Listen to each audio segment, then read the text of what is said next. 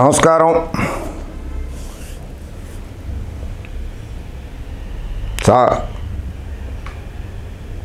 కందుకూరులో జరిగిన దుర్ఘటన నా మనసును కలిచివేసింది. రాత్రంతా నిద్రపోలేదు నేను కూడా.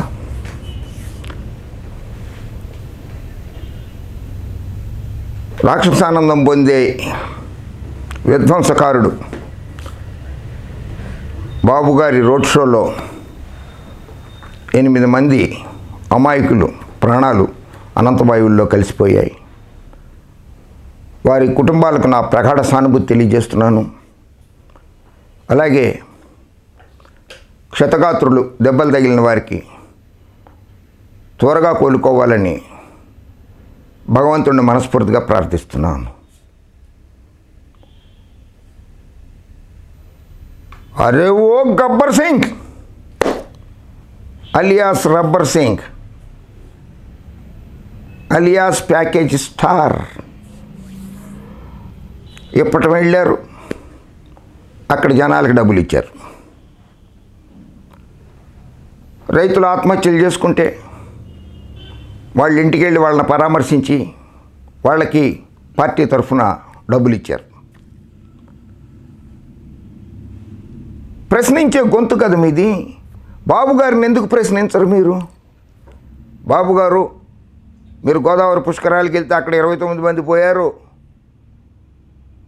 ఏర్పేడ్లో ఇసుక లారీ మీరు అధికారంలో ఉండగా మీ పార్టీ కార్యకర్తలతోటి 7గురిని తొక్కించేశారు లారీలతోటి.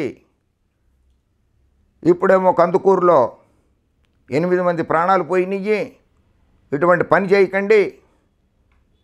ఆయనకు భరోసా ఇచ్చి నేను మిమ్మల్ని గెలిపిస్తాను కదా, మీకెందుకు బాధ? మీరు ప్రచారం చేయకండి సార్, నేను ఉన్నాను కదా, ఎందుకంటే మనకు అందింది కదా, మనం ప్రచారం మేమే ప్రచారం చేస్తాం కదా సార్ మీ తరఫున అని ఆయనకు భరోసా కల్పించి బాబుగారిని ఇంట్లో కూర్చోబెట్టండి. పవన్ బాబుగారిని ఇంట్లో కూర్చోబెట్టేసేయండి.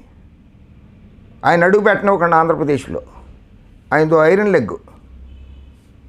ఆయన వల్ల మీకు బ్యాడ్ నేమ్ వస్తుంది పవన్ బాబుగారి వల్ల మీకు బ్యాడ్ నేమ్ వస్తుంది పవన్ బాబు. వాళ్ళే లీక్ చేస్తారు. ఆయన పార్టీ వాళ్ళే లీక్ చేస్తారు.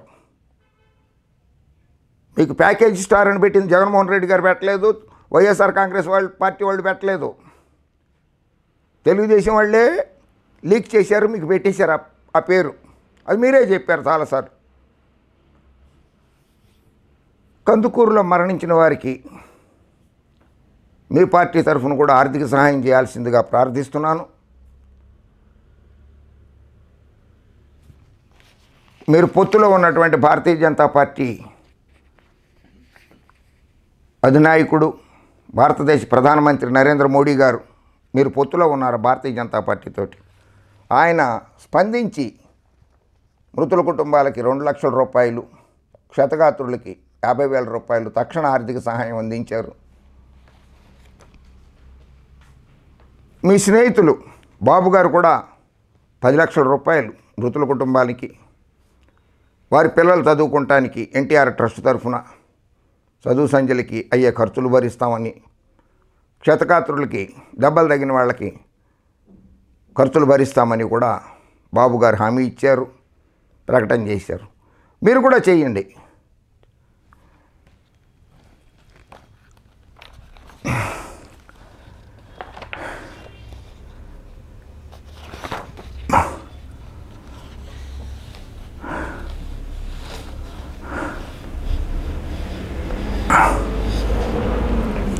చంద్రబాబు గారు కూడా స్పందించారు.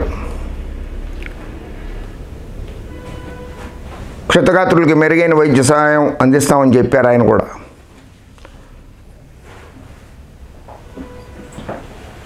జగన్మోహన్ రెడ్డి గారిని ప్రశ్నించొద్దని నేను అన్నాను. మీకు హక్కు ఉంది, రాజ్యాంగం కల్పించింది మీకు ప్రశ్నించే హక్కు. అలాగే మిమ్మల్ని ప్రశ్నించే హక్కు కూడా ప్రజలకు ఉంది. మీరు కూడా స్పందించండి. ప్రతి విషయంలోనూ బాబుగారిని భుజాన వేసుకుని మోస్తాను అని అంటే మీకు మీ పార్టీకే అప్రతిష్ట.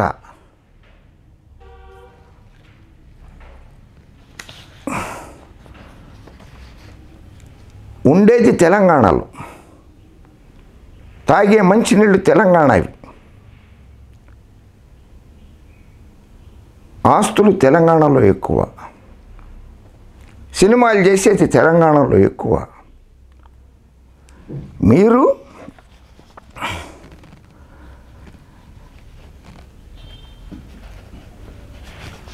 ఎన్టీఆర్ గారు వచ్చేంతవరకు తెలంగాణ వాళ్ళకి వరి బియ్యం అన్నం తినటం చేత కాదని చెప్పి పబ్లిక్ మీటింగ్లో అన్నారు.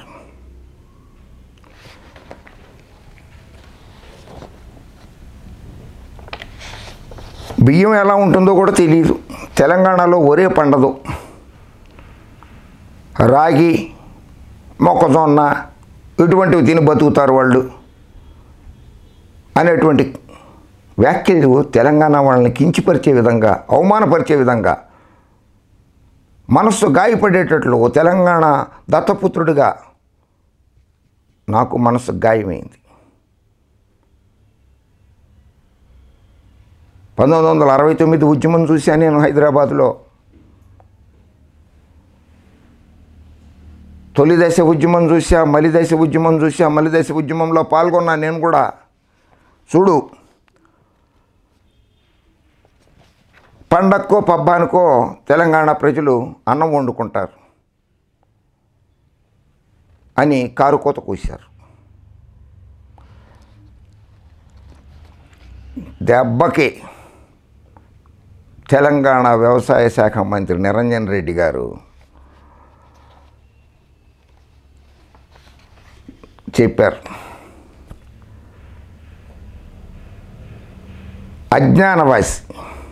అజ్ఞాని 2 లక్షల పుస్తకాలు చదివారు, 3 లక్షల పుస్తకాలు చదివారు. ఏంటి టైటిల్స్ చదివేశారా, పుస్తకాలు చదివారా?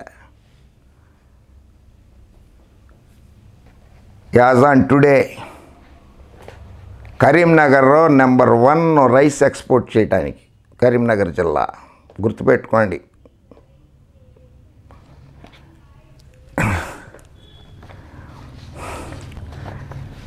నిరంజన్ రెడ్డి గారు ఏమన్నారో తెలుసా?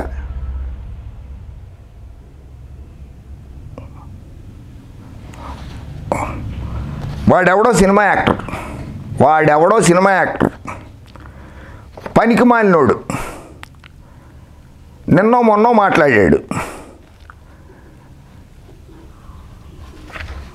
అంతటి మూర్ఖుడిని నేను ఇప్పటిదాకా చూడలేదు అని తెలంగాణ వ్యవసాయ శాఖ మంత్రి నిరంజన్ రెడ్డి గారు అన్నారు.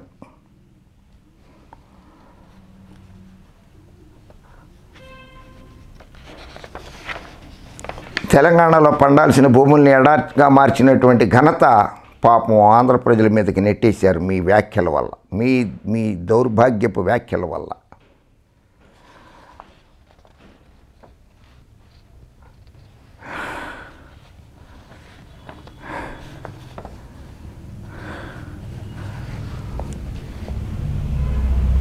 నన్ను విమర్శిస్తే చెప్పుతో కొడతానని చెప్పి చెప్పు చూపించారు వైసీపీకి కార్యకర్తలకి.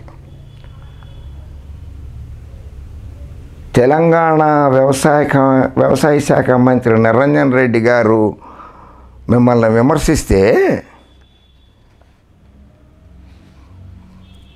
కిక్కురుమనలేదు. ఎందుకంటే ఇక్కడే ఉంటారు కదా తెలంగాణలో. తెలంగాణ రాష్ట్రం విడిపోయినప్పుడు 11 రోజులు భోజనం చేయలేదని చెప్పారు మీరు. 11 రోజులు నేను భోజనమే చేయలేదన్నారు, అన్నమే తినలేదన్నారు. అంటే మీకు ఒక ప్రాంతం మీద ఎంత అభిమానం ఉందో ఆంధ్ర ప్రాంతం మీద. ఎస్, ఉండుండొచ్చు. బట్ తెలంగాణలో ఉన్నది కూడా ప్రజలే.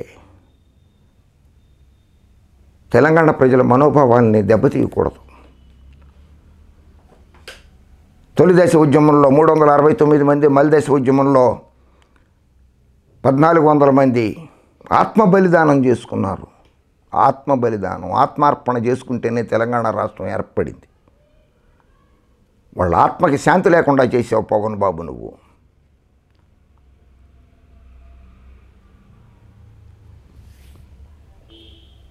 బాబు గారు 10 లక్షలు ప్రకటించారు. మీరు కూడా ఆర్థిక సహాయం చేసి కందుకూరు మృతుల కుటుంబాలను ఆదుకోవాల్సిందిగా మిమ్మల్ని కోరుకుంటున్నాను.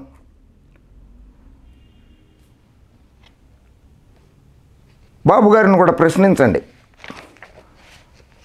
అక్కడ మీకు పబ్లిక్ మీటింగ్ పెట్టుకోవటానికి, రోడ్ షో చేసుకోవటానికి ఆంధ్రప్రదేశ్ ప్రభుత్వం అనుమతి ఇవ్వనప్పటికీ కూడా అక్కడ ఎందుకు పెట్టారు మీరు? అన్ని ప్రాణాలు గాలిలో కలిసిపోవడానికి ఎందుకు కారణమయ్యారని చెప్పి బాబు గారిని ప్రశ్నించండి.